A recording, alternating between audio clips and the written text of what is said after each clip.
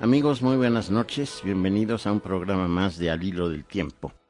Por razones de las fechas, creo que amerita esta fecha, que es tan simbólica, en general para el mundo cristiano, que es la festividad de los Reyes, y particularmente para el pueblo de México, que hasta donde yo estoy enterado, celebramos más, con mayor hondura y con mayor profundidad y generalidad, la fiesta de Reyes el 5 de enero que la propia Navidad.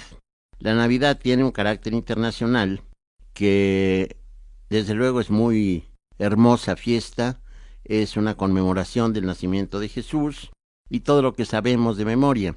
Pero la festividad de los Reyes está enraizada en el corazón del pueblo mexicano y creo que se hace patente esto en el número de personas de escasos recursos que dedican sus pocos haberes a hacer regalos a sus hijos precisamente el 5 de enero, no el día de la Navidad.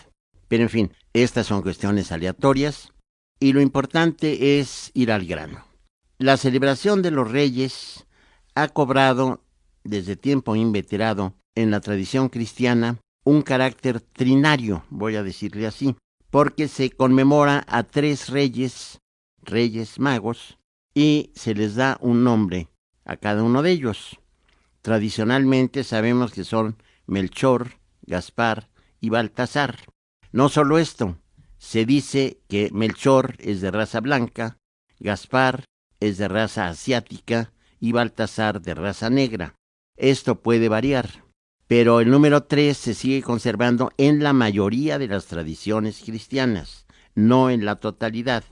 A lo largo de mi trabajo en esta tan querida institución que es IMER, he hablado de este tema algunas veces, pero precisamente hoy, que es la oportunidad, debo recordar a ustedes que hay algunas tradiciones en que el número de los reyes aparece hasta en 30 y tantos. Entre otros recuerdo uno llamado Timisuram, que desde luego no tiene nada que ver con los tres nombres tan comunes en México. Pero lo interesante es que esto es, repito, una tradición, es un hecho tradicional que no se apoya en el texto de la Biblia. El único evangelista de los cuatro canónicos, Mateo, Marcos, Lucas y Juan, que habla de la adoración de los reyes, es precisamente el primero en el orden en que están puestos en la Biblia, es decir, Mateo. Se sabe que no es el evangelio más antiguo, que es el de Marcos, pero siempre figura encabezando la lista el de Mateo. No sé si atribuir esto al hecho de que él habla de judíos para judíos, o si así simplemente por un azar o alguna consideración totalmente casual. El hecho es que Mateo narra con cierto pormenor esta visita, pero jamás dice ni número, ni les da el carácter de reyes y tampoco dice los nombres. Voy a dar lectura al pasaje correspondiente. Voy a usar la traducción de José María Bover y José O'Callaghan, publicada por la Benemérita Biblioteca de Autores Cristianos, en edición trilingüe, griego, latín, español, porque es realmente una versión digna de crédito. Yo he cotejado el original con la versión y puedo asegurarles que es muy digna de confianza. Y dice lo siguiente el capítulo 2 de Mateo. Nacido Jesús en Belén de la Judea, en los días de Herodes el rey, he aquí que unos magos venidos de las regiones orientales llegaron a Jerusalén diciendo, ¿dónde está el rey de los judíos que nació? Pues vimos su estrella en el oriente y vinimos a adorarle. Oído esto, el rey Herodes se turbó y toda Jerusalén con él, y convocados todos los jefes de los sacerdotes y los escribas del pueblo, se informó de ellos sobre dónde había de nacer el Mesías. Y ellos le dijeron, en Belén de Judea, pues así está escrito por el profeta. Y tú, Belén, tierra de Judá, de ningún modo eres la menor entre los príncipes de Judá, porque de ti saldrá un jefe que pastoreará a mi pueblo Israel. Entonces Herodes, habiendo llamado secretamente a los magos, se informó exactamente de ellos acerca del tiempo en que había aparecido la estrella, y despachándolos a Belén dijo, id y tomad exacta información acerca del niño, y cuando lo hubierais hallado, dadme aviso, para que yo también vaya y le adore. Ellos, oído lo que les dijo el rey, se pusieron en camino, y de pronto la estrella que vieron en el oriente iba delante de ellos, hasta que llegando a donde estaba el niño, se paró encima. En viendo la estrella, ellos se alegraron con gozo sobremanera grande. Y entrando en la casa, vieron al niño con María su madre, y postrándose en tierra le adoraron, y abriendo sus tesoros, le ofrecieron presentes, oro, incienso y mirra. Y avisados por Dios en sueños que no volviesen a Herodes, por otro camino se tornaron a su tierra. Hasta aquí el Evangelio de Mateo, pero tienen muchas apostillas que hacerse este pasaje, que desde luego es muy sencillo en su narración, pero requiere cierto trasfondo histórico para comprenderlo a cabalidad. En la actualidad, ya lo he comentado, se está discutiendo por una serie de razones que no viene a cuento repetir ahora, si realmente Jesús nació en Belén de Judea o si nació en Nazaret. Y el número de especialistas que creen que en Nazaret va creciendo. Se le llama el nazareno por alguna razón y no el betlehemita. Pero en fin, si nació en un lugar o en otro, no es de mucha monta, en tanto que se vea en él al Redentor de la humanidad. Entonces, el Evangelio de Mateo sí dice que nació en Belén en días de Herodes el rey. Aquí puede surgir la primera confusión, porque está Herodes el rey, que así lo llaman, Herodis o Basilevs, y el otro Herodes que era hijo de este. Este Herodes fue llamado Herodes el Grande y se casó 10 veces y tuvo hijos con sus mujeres. La segunda de ellas fue Mariamne, y Mariamne era de estirpe real.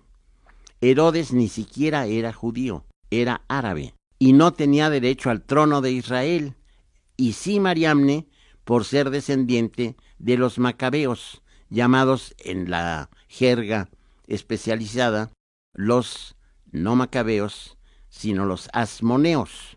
Entonces era de la estirpe asmonea, y ella sí tenía derecho al trono de Israel. En el momento en que Herodes se casa con ella, como príncipe consorte adquiere cierto derecho al trono de Israel, pero en un momento dado se divorcia y hay posibilidades de que la haya matado, y entonces él usurpa el trono que no le correspondía, repito que era árabe, y se queda ahí asentado. Herodes murió, según Flavio Josefo y otros testimonios de gran importancia de la antigüedad, el año 4 antes de la era cristiana. ¿Cómo es posible entonces que sigamos pensando que Jesús nació en ese año 0, a partir del cual se invierten las fechas anteriores a él y se hace una cuenta progresiva desde ese momento?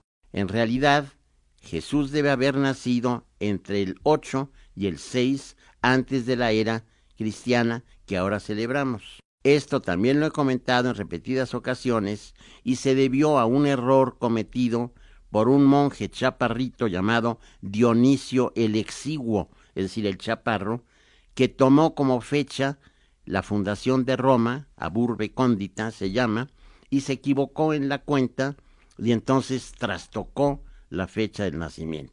Pero Herodes el Grande muere, repito, el año 4 antes del nacimiento de Cristo, el nacimiento oficial. ¿Cómo entonces pudo haber sabido de ese nacimiento, haberles encargado a los reyes que le dijeran dónde iban a nacer? Y no solo esto, sino decretar después, cuando vio que los reyes no regresaban a informarle, decretar la matanza de los inocentes. Es absolutamente incongruente pensar que lo hizo cuando ya estaba muerto. Por consiguiente, estos datos yo creo que vale la pena conservarlos para tener mayor precisión acerca de estas fechas simbólicamente tan importantes. El hecho es que Herodes el Grande siempre tenía, por ser usurpador, el temor de que alguna persona con mejores derechos al trono de Israel que él mismo llegara y lo sustituyera. Como oye decir que nace el rey de los judíos, o Basilevston Judeon, dice el texto hebreo, teme que sea alguien que lo pueda quitar de un trono que había él cobrado a la fuerza. Y de inmediato, ¿qué piensa? Urde una trama para matarlo. Pero esto hablando teológicamente, no escapa a la infinita sabiduría de Dios. Y precisamente por ello, estos magos que llegan desde las regiones de Oriente van a frustrar este mal intento, esta intención perversa de Herodes el Grande. El Herodes que interviene nefastamente en la pasión de Cristo es uno de sus hijos y se llama, si no recuerdan ustedes mal, Herodes Antipas. Es uno de sus hijos. Bueno, los magos es una categoría de individuos persas que se dedicaron al estudio de la astronomía, de la astrología, de las matemáticas en general y formaron una especie de casta diferente. Desde luego que no es la única acepción que puede tener la palabra mago, pero parece que a partir de esta dedicación inicial de estos sabios persas, se usa el nombre de mago para todos aquellos que combinan el saber astronómico con el astrológico y por consiguiente se pasan la vida observando los astros para sacar conclusiones relativas a los hombres. Esto explica por qué, viviendo ellos, dice Apoanatolón, llegaron a Apoanatolón, dice San Mateo. Apoanatolón quiere decir de las regiones orientales. Anatolia es el oriente de Europa y el oriente de Israel también. Recordemos que Israel está en el extremo oriental del mar Mediterráneo. Entonces, vagamente se alude a estas regiones de Oriente. No se dice una sola por nombre. Pero vamos a una pausa. Queremos conocer su opinión y comentarios. Escríbanos al correo electrónico alhilodeltiempo@imer.com.mx.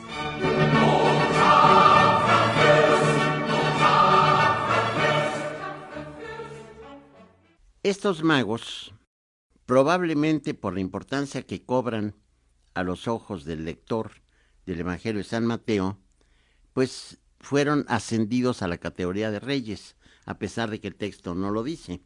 Y yo encuentro una explicación más o menos lógica del número de 3 por varias fuentes, digamos, por varias razones, por varios motivos. El número 3 es uno de los números sagrados. No es casual que se hable de 3 reinos de ultratumba, infierno, purgatorio y paraíso. Pero en otro terreno las personas de la Trinidad son 3, Padre, Hijo y Espíritu Santo. Y el triángulo es la primera figura que puede levantarse en el espacio, según la teoría. La pirámide tiene forma triangular en algunos casos, los lados tienen forma triangular, y hay una serie de vinculaciones de carácter místico y numerológico con el 3. Los nombres, realmente yo no podría explicar de dónde vienen. ¿Por qué se asignó a uno el nombre de Gaspar, Baltasar y Melchor? Realmente no lo sabría yo explicar. Simplemente la tradición nos los ha conservado de esta manera. Aparecen en algunas listas, pero como digo, no son los únicos.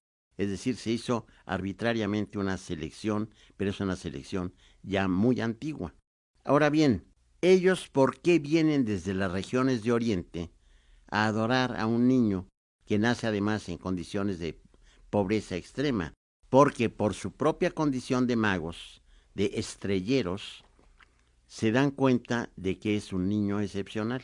No solo esto, en la observación de los cielos que ellos hacen continuamente, ven de pronto una estrella particularmente cercana y luminosa que los va a guiar a donde este niño ha nacido.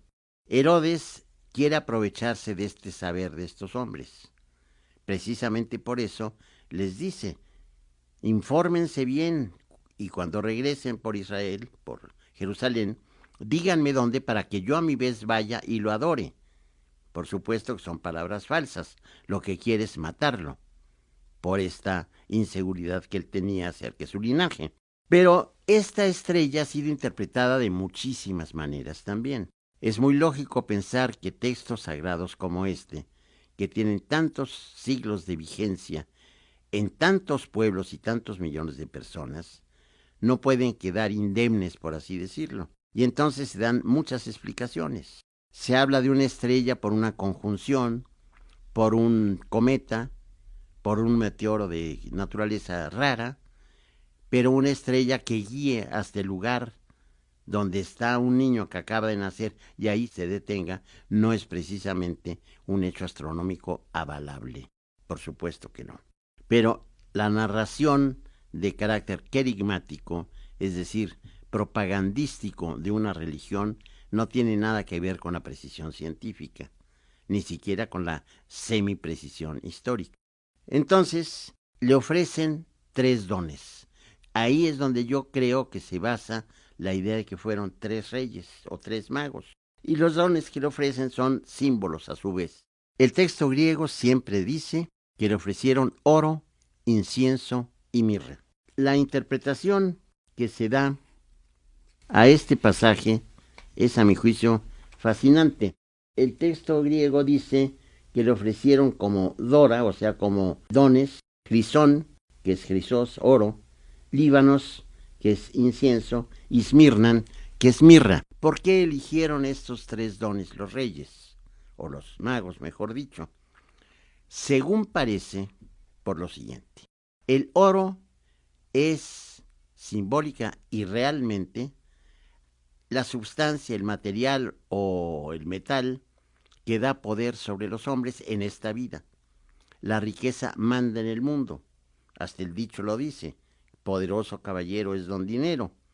Entonces el oro confiere ese poder de lo terrenal. El incienso, porque se da ya un carácter sagrado al niño recién nacido y se le va a incensar literalmente, se va a reconocer su carácter sagrado mediante este tipo de ofrendas. El incienso se usa no solo en la cultura cristiana y en sus variedades muchas, sino en muchas otras culturas en donde se quema algo para tributar un homenaje a un dios. En el México antiguo se usaba el copal, por ejemplo, y así podemos analizar, y en muchas tradiciones religiosas del mundo entero, debe haber alguna sustancia cuya ignición se eleve a los cielos y produzca la impresión de que se está subiendo a los mismos. Y finalmente, ¿por qué mirra? La mirra es una sustancia, es, si no me equivoco, una resina que sirve para ungir a los muertos. Se usaba mucho en la antigüedad para evitar la descomposición inmediata de los cadáveres. Entonces, la interpretación simbólica que se da de la mirra es que con ello se está diciendo que el niño recién nacido va a tener también poder sobre el más allá, no solo a través del oro sobre el más acá. No solo es de carácter divino, puesto que se le tributa el homenaje del incienso, sino que también tiene poderes para gobernar en el más allá. Implícitamente se está diciendo en el simple enunciado de los dones de los reyes que este niño de naturaleza divina viene con las potestades necesarias para gobernar a los hombres, no solo en su comportamiento mientras viven, sino a orientarlos para el comportamiento cuyo premio o castigo se encuentran del otro lado de la muerte, precisamente porque tiene el don de estar también del otro lado de la muerte. No es tampoco gratuita, por así decirlo, la resurrección.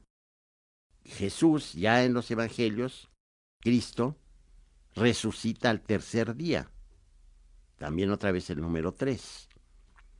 Y se habla entonces de las prefiguras de muchas cosas, entre otras de Jesús. Una prefigura de Jesús es Jonás. Jonás está 3 días en el vientre de la ballena, es decir, baja, por así decirlo, a las tinieblas infernales. Jesús está 3 días en la tumba y resucita. Es decir, la resurrección es la confirmación de su propia divinidad. El testimonio de los evangelios para los cristianos es irrecusable. Todo aquel que tenga fe en la doctrina cristiana y en el manejo que ha hecho la Iglesia de la misma, pues tiene que acatar estas creencias y pensar que son verdaderas. El libre pensamiento es reprobado por la Iglesia. Pero atengámonos a lo que la Biblia dice. Le ofrecen estos 3 dones. lo ungen, por así decirlo, como soberano. Ellos no lo son. Ellos son iniciados, en el sentido técnico de la palabra. Son aquellos que tienen conocimientos que no son del común de la gente.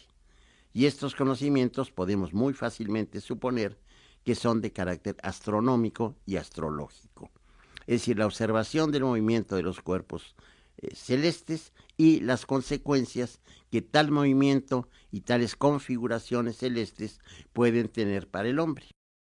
Bien sabemos que la astronomía es una ciencia exacta y la astrología es una superstición, pero para mucha gente la astrología sigue siendo una especie de guía de comportamiento. Todas estas variedades se dan en el ser humano y también se da en los propios textos evangélicos una gran variedad de interpretaciones. Hay otra cosa que observar en el texto de Mateo. Mateo era judío y habla para los judíos fundamentalmente. Y uno de los pruritos muy claros de Mateo es que este niño en el que él cree, ya cuando se hace su discípulo, es el Mesías, es el ungido, el anunciado como Salvador del pueblo de Israel. ¿Cuál es su manera más poderosa de hacer que los propios judíos, a quienes se dirige primordialmente, crean que así es? Citar a los profetas diciendo que así se cumple la profecía de fulano o de perengano respecto a Jesús. Por ejemplo, poco antes de la llegada de los reyes, dice, haciendo una cita, que es de Miqueas, del profeta menor Miqueas, y tú, Belén, tierra de Judá, de ningún modo eres la menor entre los príncipes de Judá, porque de ti saldrá un jefe que pastoreará a mi pueblo Israel. Recordemos que en las sociedades agrícolas primitivas, el pastor tiene no solo el valor importante desde el punto de vista económico, sino también el valor agregado, por así decirlo, de ser el que pastorea a una grey, de ser el que domina a un grupo de seres animados. Por eso se llama también pastor al sacerdote y no tiene otro nombre en algunas de las religiones cristianas. Y se habla con insistencia de la grey cristiana. Grey es rebaño. Entonces somos el rebaño conducido por el divino pastor. En la iconografía cristiana es frecuentísima la aparición de Jesús como el buen pastor, con el atuendo de un pastor. Y también se le ve frecuentemente con una oveja puesta sobre los hombros, porque es esa oveja que quizás se haya extraviado y tras la cual sale corriendo el buen pastor para que no se disperse su grey. Bueno, toda esta simbología, que a mi juicio es fascinante y enternecedora, rodea el nacimiento. Los reyes no vuelven a aparecer jamás, mejor dicho, los magos. En México les decimos los reyes y a mí se me sale eso, pero el texto no me respalda. En los apócrifos sí vamos a encontrar, repito, los nombres, muchos más, y en algunos de ellos el carácter de reyes. Pero vamos a una pausa. Queremos conocer su opinión y comentarios. Escríbanos al correo electrónico alhilodeltiempo@imer.com.mx.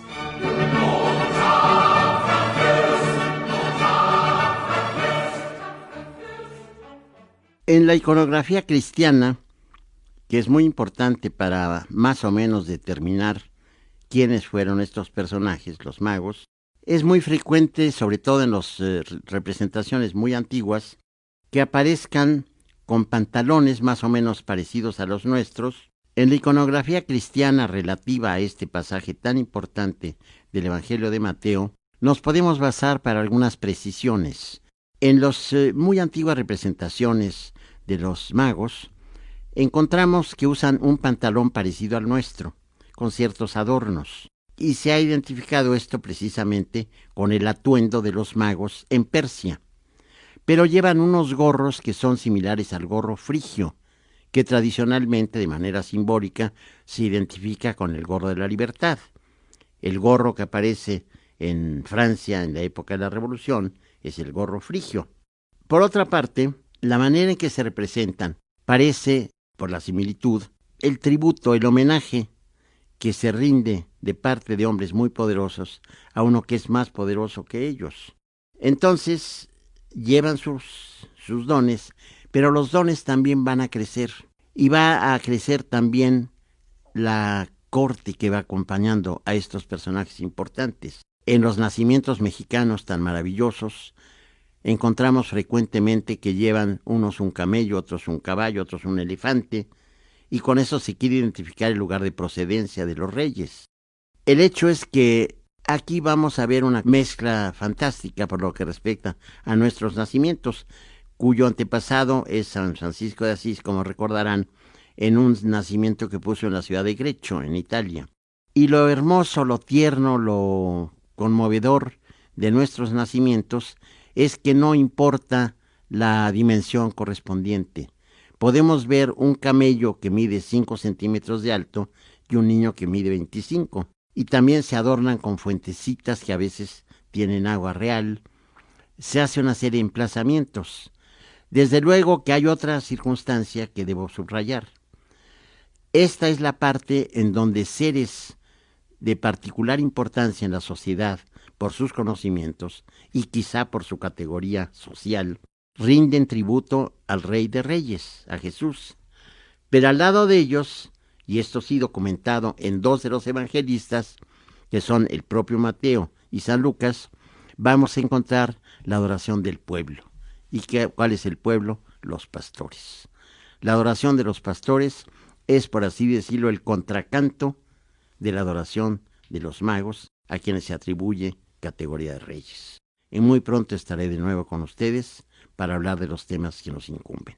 Muchísimas gracias y felicidades. Participaron en la realización de este programa Roberto Portillo, Juan José Ortega, Carmen Bach y Marcela Montiel.